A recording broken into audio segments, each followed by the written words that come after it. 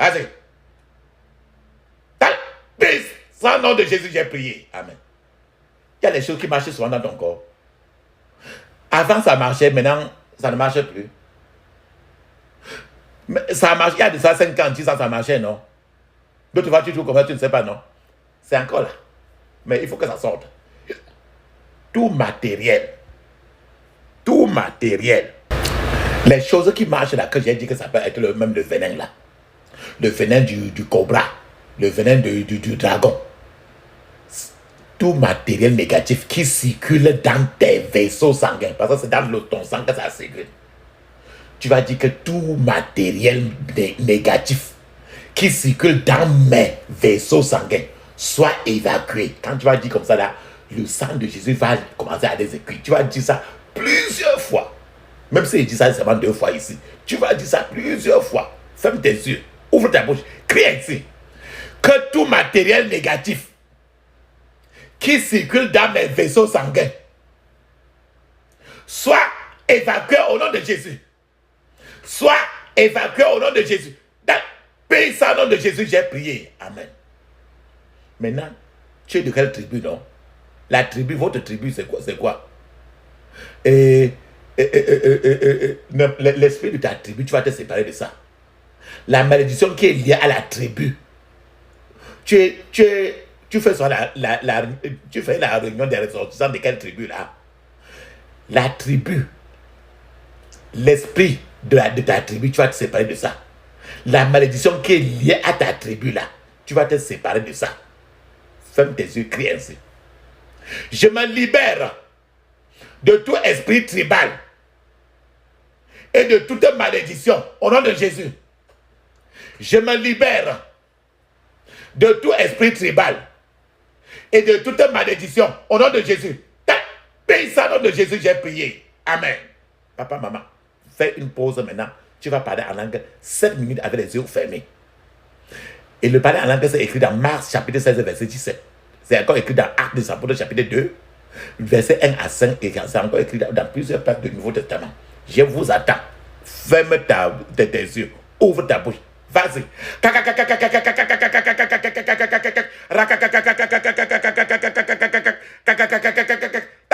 le nom de Jésus, j'ai prié. Amen. Maintenant, tu vas appeler le feu du Saint-Esprit maintenant pour te purger complètement. Hein. Il faut que le feu descende. Il faut que le feu descende. Ferme tes yeux, ouvre ta bouche, crie ainsi. Feu du Saint-Esprit, purge complètement ma vie au nom de Jésus. Feu du Saint-Esprit, purge complètement ma vie au nom de Jésus. Feu du Saint-Esprit, purge complètement ma vie au nom de Jésus. Purge ça au nom de Jésus, j'ai prié. Amen. Mon frère, ma soeur, je vous ai dit qu'il y a des pièges, où tu es tombé et tu es devenu esclave là-bas. Et dans tous les pièges que j'ai dit là, peut-être que tu as vu ça. Maintenant, il faut que tu sortes de la servitude, de ces pièges. De ces pièges-là, pour aller dans ta liberté. Et je souhaite que vous vous levez maintenant, vous marchez, pendant que vous priez cela. Je cherche au contraire à que vous levez, vous sortez de la prison. Je vous ai parlé de quelqu'un qui a fait 22 ans, non? Il est sorti, il est encore réveillé sur ça. Maintenant, jusqu'à là, étant même en prison, il était toujours esclave, même étant en prison. Il est sorti, mais il est même sorti physiquement, mais dehors, il était encore toujours dans la servitude. Maintenant, tu dois te lever. Pendant que tu marches, tu dis, je passe de la servitude à la liberté dans tous les domaines de ma vie. Je passe, marche. S'il y a moyen de te lever pour marcher, marche en disant cela. S'il n'y a pas moyen, avant que tu t'assoies, tu fermes tes yeux, tu dis cela. Ferme tes yeux, ouvre ta bouche, crie ainsi. Je passe de la servitude à la liberté. Dans tous les domaines de ma vie, au nom de Jésus, je passe de la servitude à la liberté. Dans tous les domaines de ma vie, au nom de Jésus, je passe de la servitude à la liberté. Dans tous les domaines de ma vie. Dans le puissant nom de Jésus, j'ai prié. Amen. Maintenant là, J'ai parlé des pièges. Tellement des pièges des faux prophètes, les pièges des faux amis. Pièges. Ça veut dire que quand tu tombes dans les pièges là maintenant, on redessine ta vie. On redessine ton destin était là maintenant, on change encore totalement. On redessine ta vie. Ferme tes yeux, crie ainsi. Tout esprit puissant, tout esprit, puissance et personnalité qui travaille à redessiner mon destin. Tout esprit, puissance et toute personnalité qui travaille à redessiner mon destin. Meurs au nom de Jésus. Meurs au nom de Jésus. Meurs au nom de Jésus. Pisse au nom de Jésus, j'ai prié. Amen. Papa, maman, tu vas maintenant, les choses qui viennent de ta génération paternelle et qui sont en train de te créer et qui te poussent vers les mauvais pièges comme ça, qui te poussent vers le filet de l'oiseleur. Les choses de la génération paternelle, la rivière maléfique de la génération paternelle et qui t'ennuie là. Il faut que cette rivière-là se sèche. Ferme tes yeux, crie ainsi. Toute rivière maléfique provenant des puissances maléfiques de la maison de mon père, toute rivière maléfique provenant des puissances maléfiques de la maison de mon père, sèche par le feu au nom de Jésus. Sèche par le feu au nom de Jésus. Sèche par le feu au nom de Jésus. Pisse au nom de Jésus, j'ai prié. Amen. Papa, maman, ne dis plus absolument rien. Même amen, ne le dis pas. Même merci, ne le dis pas. Aucun mot. Aucun mot. Ferme les yeux, ouvre ta bouche. Nous appelons le Dieu d'Élie, qui répond le plus souvent par le feu. Rappelle-toi que la Bible dit qu'il est un feu dévorant. Ferme tes yeux. Je vais appeler pour nous. Feu, feu, feu. Feu, feu, feu. Feu, feu, feu. Feu, feu, feu, feu. Feu, feu, feu, feu, feu, feu, feu, feu. Pisse au nom de Jésus, nous avons prié. Amen. Amen. Papa, maman.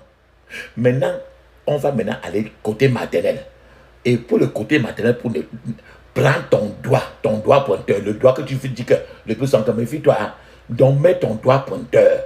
Mets ça maintenant, avec le donjon au bout de ça. Mets ça sur ton nombril et laisse ça là-bas. Ferme tes yeux pendant que tu répètes cette prière-ci.